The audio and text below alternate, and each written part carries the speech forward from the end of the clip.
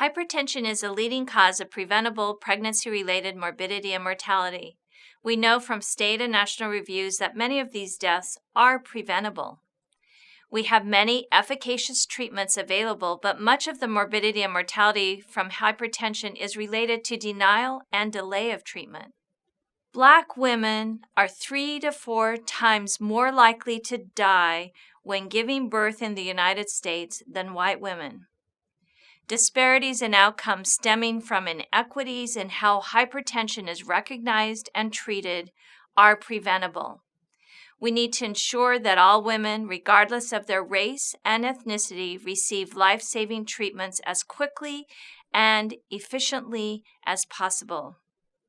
We have 4 key change ideas here.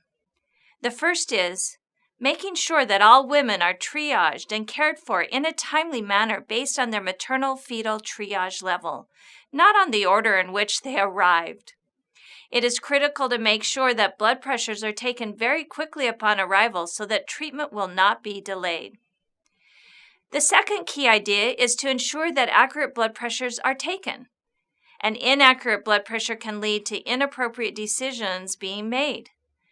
Patients with a blood pressure of 160/110 or greater for 2 measurements within 15 minutes should receive treatment as soon as possible, preferably within 30 to 60 minutes.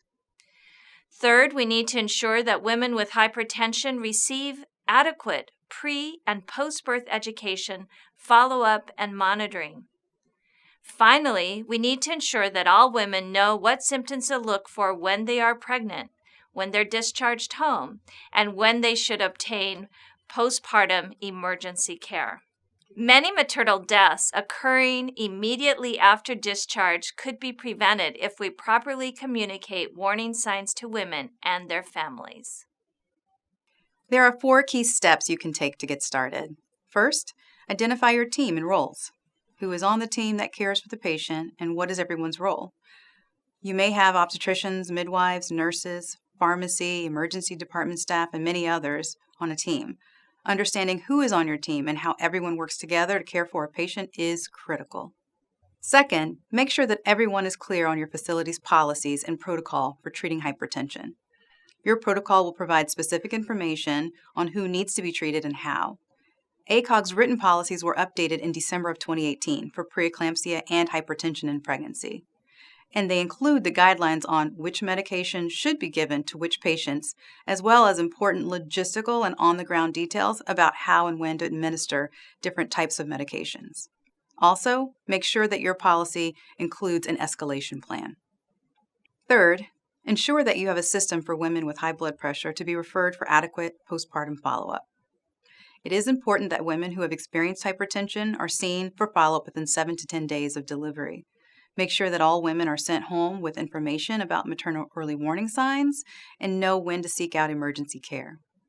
Finally, find out if algorithms can be placed within your EHR to alert the team if there's been a hypertensive event that may need attention.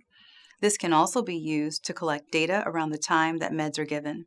It's important that we're educating our staff around taking accurate blood pressures, making sure that there's no delay in denial, and making sure that the nurses have the ability to move to the next step as quickly as possible. If nothing else, making sure that accurate blood pressures are getting taken is really key in doing this work. The California Maternal Quality Care Collaborative, or CMQCC, has a great toolkit on addressing hypertension in pregnancy. ACOG also has 2 practice bulletins on this topic.